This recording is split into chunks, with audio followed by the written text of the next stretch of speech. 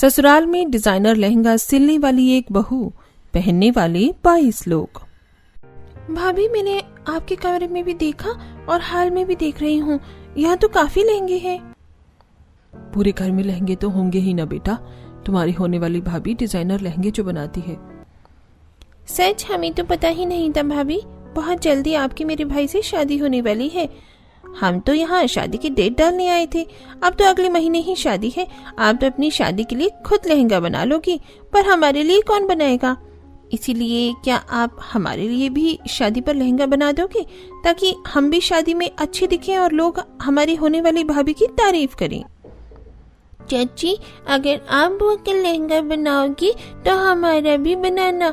हम भी तो आपकी प्यारी भतीजी हैं और हमने कभी लहंगा भी नहीं पहना। पहली बार होगा कि किसी शादी में हमारे घर की 22 औरतें लहंगा पहनेंगी। सही कहा ना मैं दादी? सपना अपने ससुराल वालों को मना नहीं कर पाती और शादी पर उन सभी के लिए लहंगा बनाने को तैयार हो जाती है। कुछ देर में लड़के वाले अपने घर चले जाते हैं तो वहीं सपना अपने परिवार के साथ शॉपिंग कर घर आते ही सिलाई करने के लिए बैठ जाती है। देखते ही देखते शाम हो जाती है और शाम को भी सपना खाना न खाकर बस सिलाई करती है। अरे सपना बेटा, सुबह से तू सिलाई कर रही है, थकती नहीं है क्या? कुछ दिनों में तेरी शादी है, थोड़ा अपने ऊपर ध्यान दे और अब सिलाई करना छोड़ और पहले खाना खा ले। पापा, मुझे तो शादी में बहुत अच्छा दिखना है, पर अब मेरी 10 ननंद, 5 जेठानी, चाची सास, दादी सास और घर के सभी बच्चों ने मुझे शादी का लहंगा बनाने का बोला है। अगले ही महीने शादी है, आज से लहंगा बनाना शुरू करूंगी, तब भी तो 22 लोगों का लहंगा बन पाएगा। इतना बोलकर सपना कुछ देर सिलाई छोड़कर अपने परिवार के साथ खाने के लिए बैठती है। इसी तरह कुछ दिन बीत जाते हैं और एक रात 12 बजे तक सपना उठकर सिलाई कर रही होती है। उसकी आंखों में नींद भरी होती है, आंख लाल हो जाती है, पर फिर भी वो सिलाई करना नहीं छोड़ती और झपकियां लेती हुई सिलाई कर रही होती है।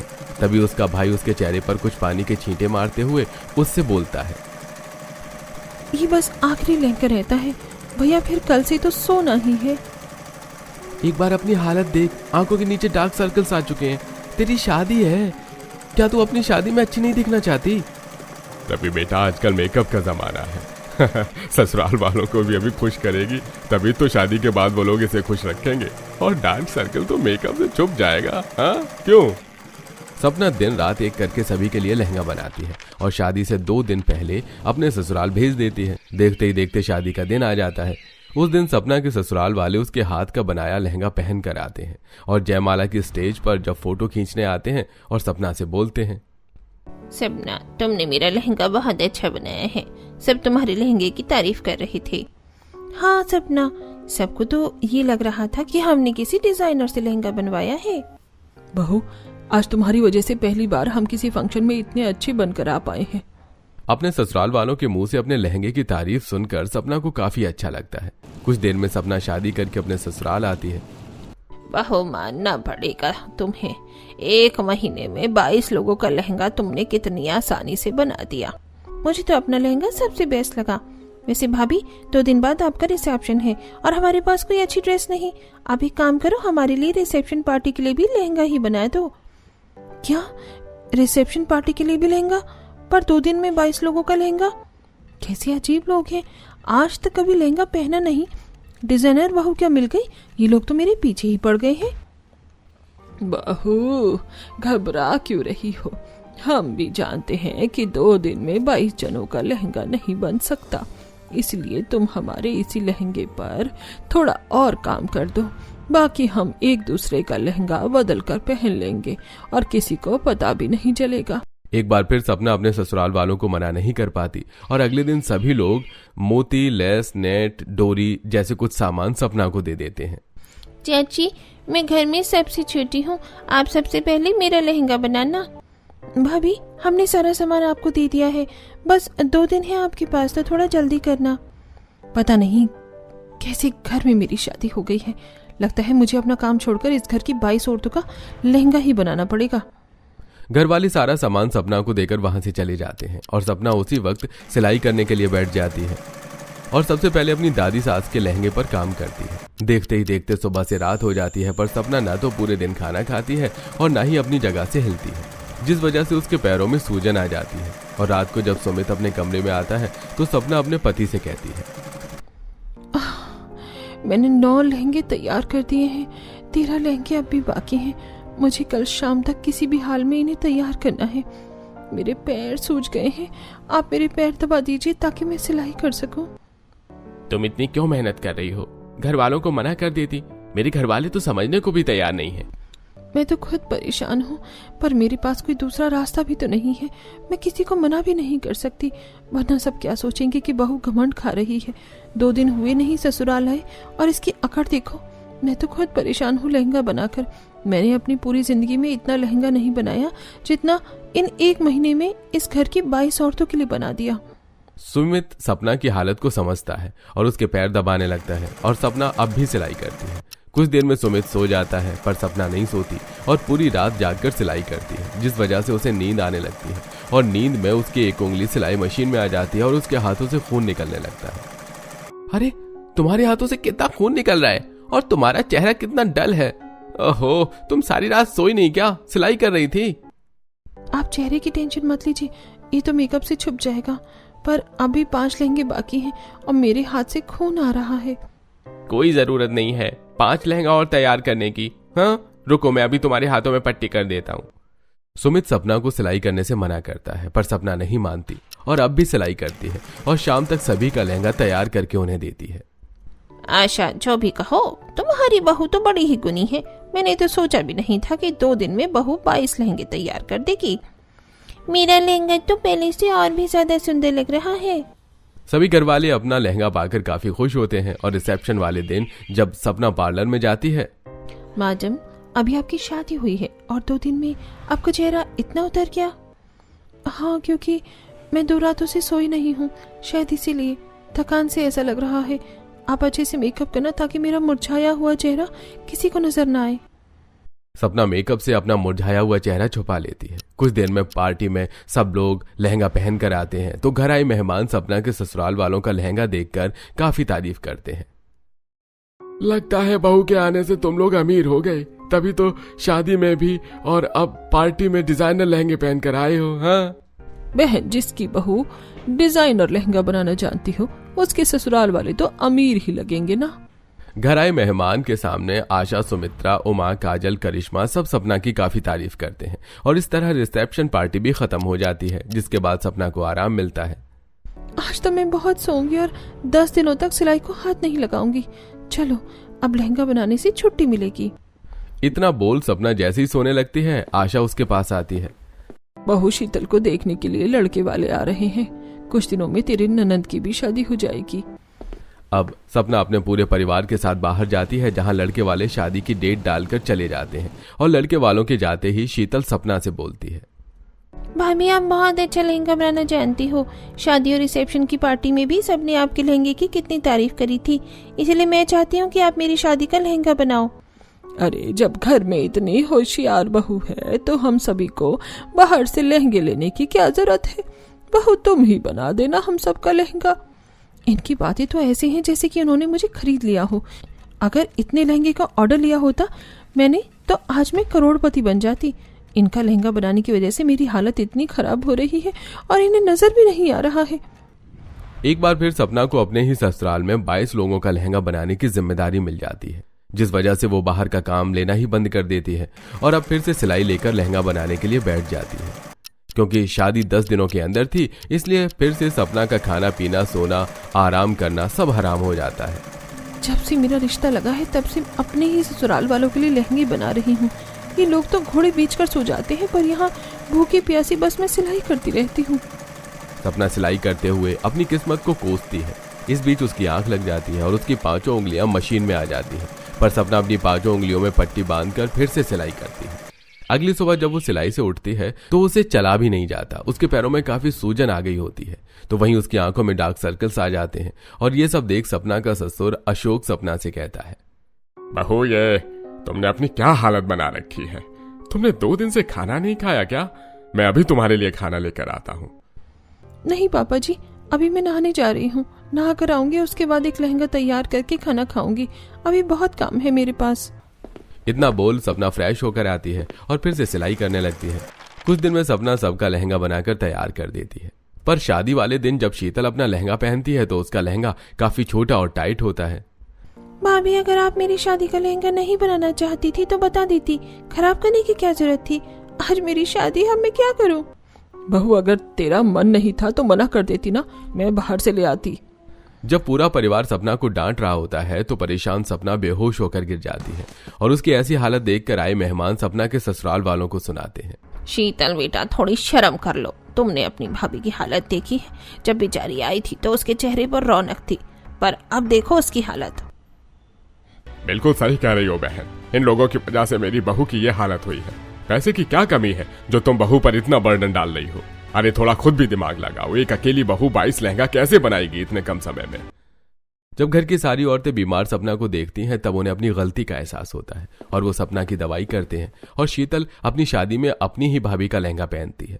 और 2 दिन बाद शीतल के ससुराल वाले रिसेप्शन पार्टी में पूरे घर वालों को बुलाते हैं और जब इस बारे में सपना को पता चलता है तो फिर से परेशान हो जाती है। और तभी उमा सपना से कहती है, बहू, तुम्हें फिक्र करने की जरूरत नहीं है। अब तुम्हें किसी के लिए लहंगा नहीं बनाना, हम लोग बाहर से लहंगे लेंगे। अब तुम बस 1 महीना आराम करोगे और अपने खाने पर ध्यान दोगी। हम चाहते हैं कि तुम बिल्कुल वैसी हो जाओ जैसे हमने तुम्हें देखकर पसंद किया था। अब जो ससुराल वालों की लहंगा पहनने की आदत होती है वो धीरे धीरे छूट जाती है और अब वो नॉर्मल ही कपड़े पहनकर भी पार्टी वगैरह में जाया करते थे। 3 नंद के लिए अमीर वर्सेस गरीब भाभी की दावत। विदाई का समय था। हर किसी की आंखें नम थी। सेजल, प्रिया और रीना रोते हुए अपने घर से विदा हो रही थी। माँ, हमें याद रखना, हम भले ही आपके घर से जा रहे लेकिन हम पराई नहीं हुई है। ये हमेशा हमारा ही घर रहेगा और हमेशा हम इस घर की बेटियां। एक माँ के लिए उसकी बेटियां कभी भी पराई नहीं होती। तुम हमेशा मेरे दिल का टुकड़ा रहोगी। तुम्हारा जब मन करे यहाँ पर आ जाना। तभी सुषमा की बड़ी बहू ने उन तीनों को प्यार से कहा, आप तीनों अपना अच्छे से ध्यान रखना और इस घर को कभी भूलना मत। ये घर हमेशा आपका ही रहेगा दीदी। जब भी आपको हमारी याद आए तो हमारे पास आ जाना। भाभी, हमें आपसे जानने की जरूरत नहीं है कि ये घर हमारा कितना अपना है और कितना नहीं। आपको हर बात में बीच में बोलना जरूरी है क्या? लगता है आपको बीच में बोलने की आदत लग गई है, जो बिना आपकी राय जाने की आप बीच में बोलने लगती हो। मेरा वो मतलब नहीं था दीदी, आप गलत समझ रही हैं। अगर आपको बुरा लगा तो माफ कर दीजिए। तभी सुषमा की छोटी बहू कहने लगी, अरे इस टाइम पर तुम्हें ऐसी बातें बोलने की क्या ही जरूरत थी? कितनी खुश है तीनों दीदी और अपनी नई जिंदगी बिताने के लिए जा रही हैं। तुम्हें जाते जाते भी कलेश करवाने की आदत सी लग गई है। तीनों ही बेटियां विदा होकर अपने ससुराल चली जाती हैं। जहां कोमल और सुषमा बहुत ही दुखी थी तो वहीं कीर्ति की खुशी का कोई ठिकाना ही नहीं था। उसने अपने लिए एक कटोरी खीर निकाली और एसी की हवा में खाते हुए कहने लगी, अब आएगा ना मजा। अब इस घर में मेरा राज चलेगा। अब मुझे बेकार में 3-4 लोगों के लिए खाना नहीं बनाना होगा। जो मन करेगा जब मन करेगा बना कर खाऊंगी या रेस्टोरेंट से मंगवा लूंगी। कीर्ति के दिल में खुशियों की आंधी थी तो वहीं सुषमा जी का रो रो कर बुरा हाल हो गया था क्योंकि उनकी तीनों बेटियां अपने ससुराल जाकर नए घर जो बस चुकी थी। माँ जी, आप इतना मत रोइए, वो जल्द ही वापस आ जाएंगे और उसके बाद कुछ दिन के लिए हम उन्हें यहीं पर रोक लेंगे। तू जानती नहीं है बहू कि अपने कलेजे के टुकड़े को खुद से अलग करने पर क्या बीतती है। मुझे समझ नहीं आ रहा कि मैं उनके बिना कैसे रहूंगी। अब तो ये घर भी मुझे खाने को दौड़ेगा। कैसी बातें करती हैं माँ जी, मैं भी तो आपकी बेटी जैसी हूँ और कीर्ति भी तो आपकी बेटी जैसी है। 3 बेटियां चली गईं तो क्या हुआ, 2 बेटियां तो हैं ना। क्या आप हमें अपना नहीं मानते जो आप हमारे बारे में ऐसा कह रही हैं? हम भी तो आपकी बेटियों जैसी ही हैं। सुषमा भी अब अपने दिल को तसल्ली दे देती है। ऐसे ही कुछ दिन बीत जाते हैं। वहीं तीनों बहनों ने भी बहुत अच्छे से अपने ससुराल के सारे काम को संभाल लिया था। उनकी सास भी उनसे बहुत खुश थी। वो तीनों ही एक एक समय का खाना बनाया करती थी और अपनी सास को खुश रखती। एक दिन सुषमा अपनी बड़ी बहू कोमल से कहती है, बहू, तीनों बेटियों को गए वैसे तो कुछ दिन हुए लेकिन ऐसा लग रहा है जैसे साल बीत गए। मुझे उनकी बहुत याद आ रही है। एक माँ का दिल ही जानता है कि बेटियों को विदा कर देने का दुख कितना बड़ा होता है। हाँ माँ जी, आप सही कह रही हैं। तीनों नंदों के बिना तो घर बहुत बुरा लग रहा है। आप ऐसा क्यों नहीं करती कि फोन करके उन्हें यहाँ आने के लिए कहिए। कुछ दिन वो यहाँ आकर रुक जाएंगी तो हमें भी अच्छा लगेगा। हाँ कोमल, तू सही कहती है। तू ऐसा कर, उनको फोन लगा और उन्हें यहाँ आने के लिए बोल। कुछ दिन मेरा भी मन हल्का हो जाएगा, अपनी तीनों बेटियों से मिल मैं खुश हो जाऊंगी। कोमल उन्हें फोन लगाती है। सेजल फोन उठाती है तो कोमल कहती है, कैसी है सेजल दीदी? आपके ससुराल में सब कुछ अच्छा तो है ना? आपको वहाँ किसी तरह की परेशानी तो नहीं हो रही? हाँ भाभी, हम तो अच्छे हैं। बताइए, आपने कैसे कॉल किया? कोई काम आ गया क्या जो आपको हमें ऐसे याद करना पड़ा? दीदी माँ जी आप लोगों को बहुत याद कर रही हैं। मैं ये कह रही थी कि आप लोग 4-5 दिनों के लिए यहाँ रुकने आ जाइए और मैं आपके लिए अच्छे अच्छे पकवान बनाऊंगी। हम सब मिल बैठ कर खाएंगे और माँ जी को भी आपके यहाँ आने से अच्छा लगेगा। वैसे तो भाभी हमारे ससुराल में सब कुछ इतना अच्छा है कि हमें आने का मन तो नहीं कर रहा, लेकिन हाँ माँ से मिलना भी जरूरी है। ठीक है, मैं अपनी दोनों बहनों से बात करके आपको बताऊंगी कि हम कब आ पाएंगे। अब सेजल अपनी दोनों बहनों से बात करते हुए कहती है, बड़ी भाभी का फोन आया था, माँ हमें बहुत याद कर रही है और कुछ पकवान बनाकर खिलाने की कह रही थी, और ये भी कि उन्हें और माँ को बहुत अच्छा लगेगा। मुझे तो समझ में नहीं आता कि भाभी को हमसे दिक्कत क्या है। इतने अच्छे घर में हमारा रिश्ता हो गया, लेकिन ये अपना नाटक करना बंद नहीं करेंगी। वो तो ठीक है कि माँ हमें याद कर रही है तो हमें जाना चाहिए, लेकिन बड़ी भाभी के घर क्यों जाएंगे? वो तो इतनी गरीब हैं, क्या ही खिला देंगी? ज्यादा से ज्यादा दाल चावल, या भला हमें बस वही आलू भिंडी की सब्जी रोटी और बहुत हुआ तो थोड़े से भजी। रहने दो, हमें नहीं जाना। इससे अच्छा खाना तो हम अपने घर पर ही बनाकर खा सकते हैं। और फिर वो लोग मायके नहीं जाती। दूसरी तरफ कीर्ति का पति गगन बहुत ज्यादा परेशान था, इसलिए क्योंकि उसे अपनी 3 बहनों की याद जो सता रही थी। परेशान होते हुए वो कीर्ति से कहता है, कीर्ति, जब से मेरी तीनों बहनें अपने ससुराल चली गई हैं, घर कितना सूना लगता है। तो मैं सोच रहा हूँ उन्हें कुछ दिनों के लिए बुला लेना चाहिए। उनसे मिलकर मुझे कितना अच्छा लगेगा। जब से वो गई हैं, ये घर मुझे बहुत खाली खाली लगता है। अरे अभी अभी तो उनकी शादी हुई है, अभी उन्हें अपने घर में घुलने मिलने दो। क्या जरूरत है अभी बुलाने की? उनका ही घर है, आ जाया करेंगी। आप इतनी चिंता मत करो। उनके ससुराल वाले भी हमारे बारे में क्या सोचेंगे कि हम इतनी जल्दी उन्हें वापस बुला रहे हैं। फिर कुछ दिनों के बाद सुषमा कॉल करके अपनी बेटियों को फिर एक बार घर आने के लिए कहती है। तब प्रिया अपनी बहनों से कहती है, माँ हमें बहुत याद कर रही है, हमें घर जाना चाहिए, लेकिन बड़ी भाभी के घर नहीं जाएंगे। अगर हमें माँ से मिलने जाना है तो हम छोटी भाभी के घर जाएंगे। छोटी भाभी तो हमें कितनी सारी अच्छी अच्छी चीजें बनाकर खिलाती है, कभी मावा कुल्फी, कभी छोले भटूरे, तो कभी वेज पुलाव, और मुझे उनके हाथ का स्पेशल ब्रेड कस्टर्ड तो बहुत ही पसंद है। हाँ प्रिया, तुम ठीक कहती हो। तो ऐसा करते हैं कि हम अपनी सास से पूछ लेते हैं कि हमें वहाँ पर जाना है, और हम कुछ दिनों के लिए अपने मायके हो आते हैं, और हम जाकर छोटी भाभी के यहाँ ही रहेंगे, क्योंकि बड़ी भाभी के यहाँ रहने का कोई फायदा नहीं है, ना ही वो हमें कुछ ढंग का खिला सकती हैं। फिर तीनों अपनी सास के पास जाती हैं और सेजल से कहती हैं, माँ जी अगर आपकी आज्ञा हो तो हम कुछ दिनों के लिए अपने मायके जाना चाहते हैं। माँ का भी बहुत दिल लगा हुआ है, वो हमको बहुत याद करती हैं। एक साथ उनकी तीनों बेटियां शादी करके इस घर में आ गई, तो अब उन्हें अच्छा नहीं लग रहा है। वह सब तो ठीक है, लेकिन अभी तक तो तुम्हारे मायके से कोई फोन नहीं आया। जब मायके से फोन आएगा तब जाना। ऐसे बिन बुलाए जाओगी तो सही नहीं लगेगा कि ससुराल पर तुम तीनों भारी पड़ रही हो, तभी हम तुम्हें भेज रहे हैं। अगर तुम्हारे मायके वालों को इतनी याद आ रही होती तुम्हारी, तो अब तक तुम्हें बुलाने के लिए कॉल कर दिया होता। माँ जी आज ही तो माँ का फोन आया था और वो हमें बुला रही हैं, और वैसे भी शादी के बाद हम घर गए ही कहाँ हैं। आप हमें प्लीज कुछ दिन के लिए वहाँ जाने दीजिए, ताकि उनका भी मन लग जाए। हम जल्दी ही वापस आ जाएंगे। अगर ऐसी बात है तो फिर तुम तीनों चले जाओ, लेकिन कुछ दिन रहकर जल्दी ही लौट आना। तुम्हारे बिना मुझे भी अच्छा नहीं लगता। इस घर में भी तुम तीनों की आदत हो चुकी है। अब तीनों बहनें अपने मायके जाती हैं। उनके मायके में उनकी बड़ी भाभी ऊपर और छोटी भाभी नीचे रहती थी। जैसे ही वो अपने मायके आई, सुषमा अपनी तीनों बेटियों को देखकर बहुत खुश हो जाती है और उन्हें बिठाती है। फिर कहती है, बेटा तुम तीनों आ गए, मुझे बड़ा अच्छा लगा। मेरा तुम तीनों के बिना बिल्कुल भी मन नहीं लग रहा था। अच्छा हुआ समधन जी ने कुछ दिन के लिए तुम्हें यहाँ पर रहने के लिए भेज दिया। तुम लोग वहाँ खुश तो हो ना? किसी तरह की परेशानी तो नहीं तुम्हें वहाँ पर? तभी उनकी छोटी भाभी उनके लिए नाश्ता बनाने चली जाती है और किचन में जाकर अपने आप से कहती है, तीनों की तीनों एक साथ आ गई, अब मुझे इन तीनों को नाश्ता बनाकर खिलाना पड़ेगा। ये भी एक झंझट है। कितना मजा आ रहा था जब ये तीनों यहाँ पर नहीं थी, जो मर्जी पकवान बनाए और खा लिए। अब इन तीनों के लिए उनकी फरमाइश का खाना बनाना पड़ेगा, जैसे ये तीनों मेहमान नहीं, कहीं की रानियां हों। फिर कीर्ति तीनों के लिए खाने पीने की चीजें बनाती हैं और लाकर रख देती हैं।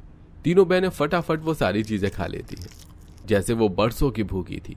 उन्हें इस तरह खाता देखकर कीर्ति अंदर ही अंदर कुड़ रही थी। वहीं दूसरी तरफ कोमल सीढ़ियों से नीचे उतरी और उन्हें देखकर बहुत खुश हो गई, क्योंकि वो अपनी तीनों नंद से बहुत प्यार करती थी।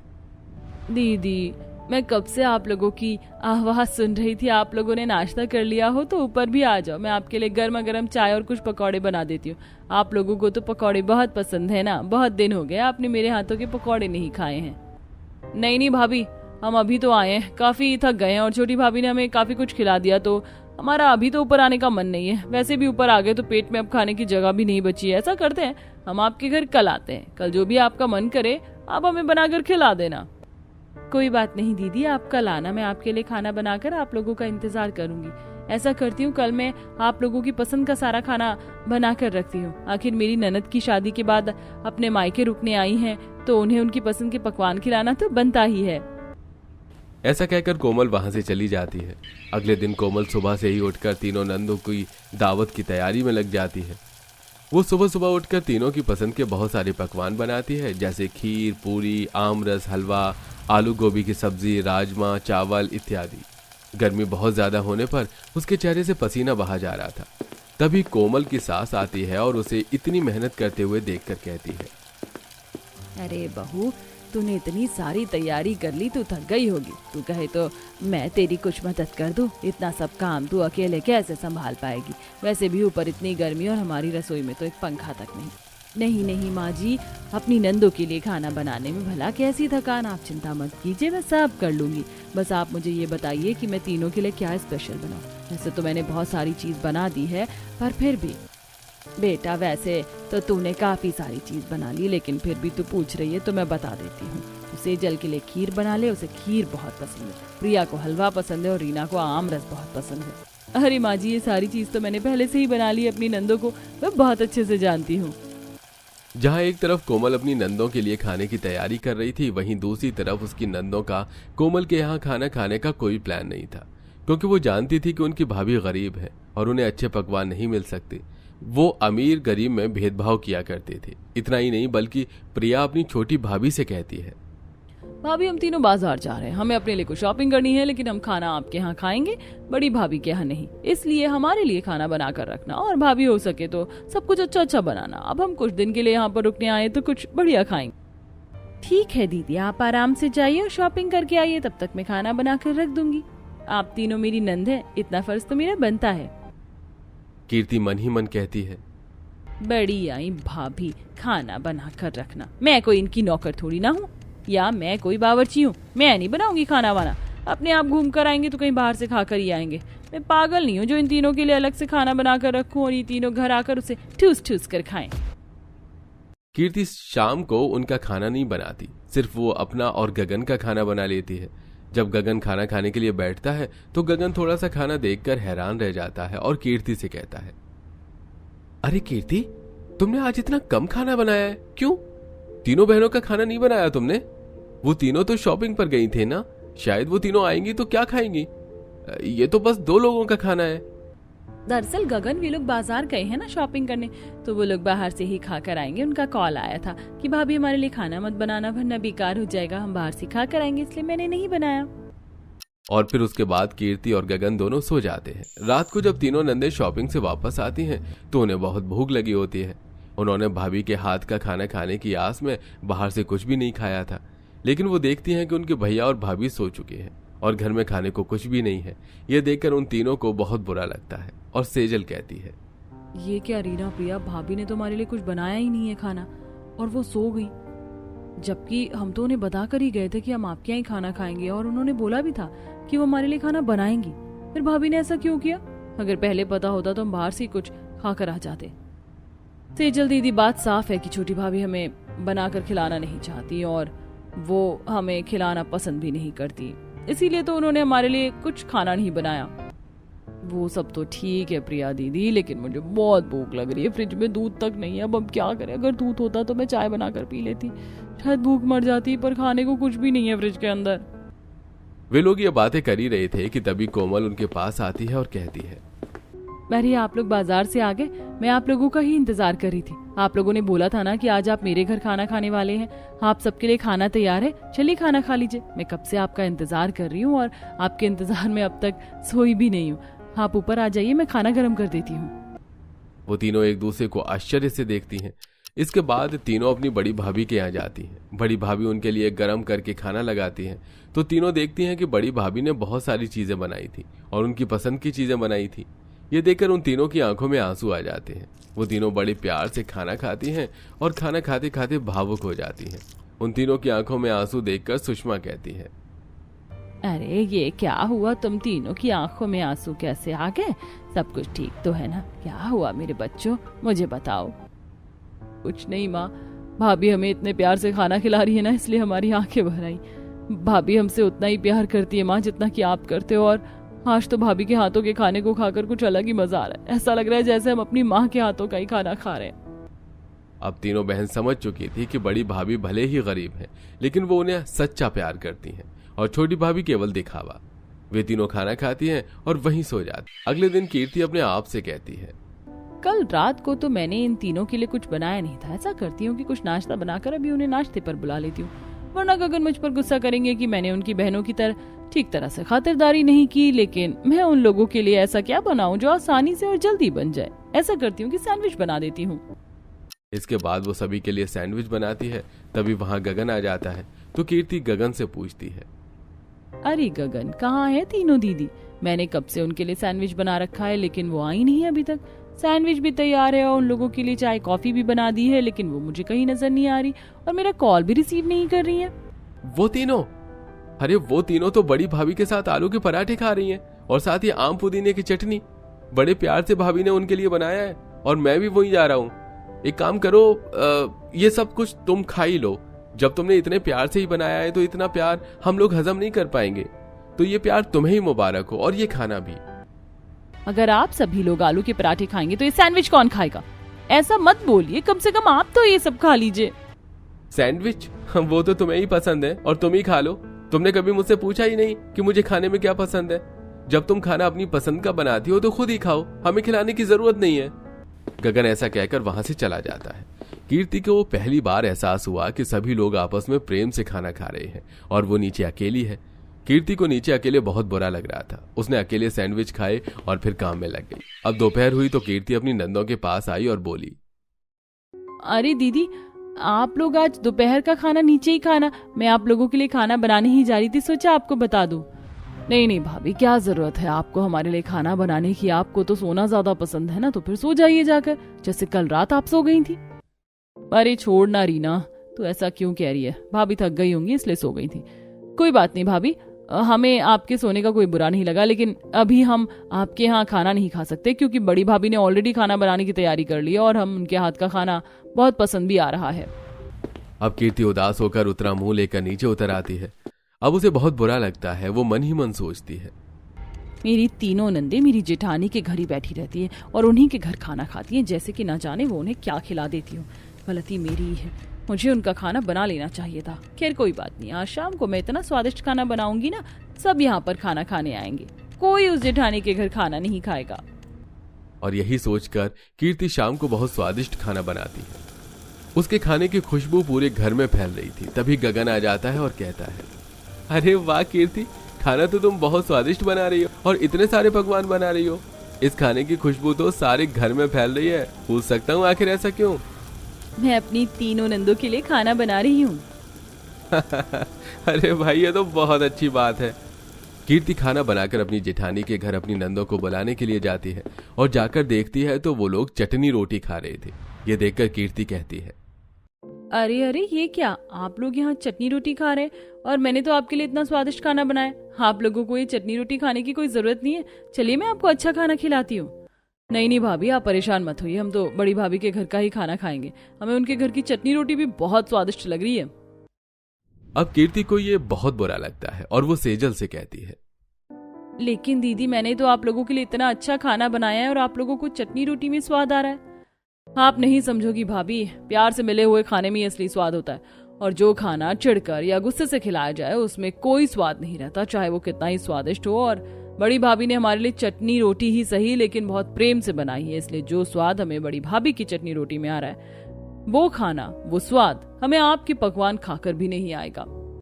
वैसे भाभी, हमारे आने से आप तो परेशान हो जाती हो ना, और हम आपको परेशान नहीं करना चाहते। अरे भाभी, आप इन लोगों की बातों का बुरा मत मानिए, लेकिन आगे से आपको हमारे लिए परेशान होने की कोई जरूरत नहीं है। हम बड़ी भाभी के घर ही आया करेंगे। सेजल, रीना, प्रिया, यह क्या तरीका है अपनी छोटी भाभी से बात करने का? माँ, काश आप हमें उसी दिन डांटती जिस दिन हमने बड़ी भाभी से इस तरह से बात की थी। अब कीर्ति को भी अपनी गलती का एहसास हो जाता है और वो अपनी तीनों नंदों से कहती है, आप लोग सच कहते हैं, मैंने ही आप लोगों को कभी अपना नहीं समझा, पर मुझे समझ में आ गया कि अकेले जीवन भी कोई जीवन नहीं होता। प्लीज आप लोग मुझे माफ कर दीजिए। अब जीवन में जब भी आप मेरे घर आएंगी तो आपको मेरे घर पर भी वही प्रेम और सम्मान मिलेगा जिसके आप हकदार हो। और हाँ, कल तो आप लोग जा रहे हो ना, तो प्लीज मेरी आपसे रिक्वेस्ट है कि जाते जाते मेरे घर का खाना खाते हुए जरूर जाना। अगर तुमने अपनी भाभी को माफ कर दिया होगा तो प्लीज मेरी दावत पर जरूर आना। ऐसा कहकर कीर्ति वहां से चली जाती है। अगले दिन कीर्ति उन सभी के लिए खाना बनाती है। तीनों नंदे उसे माफ कर देती हैं। सभी साथ मिलकर खाना खाते हैं और तीनों अपनी दोनों भाभियों को गले लगकर खुशी खुशी अपने मायके से अपने ससुराल की तरफ लौट आती हैं।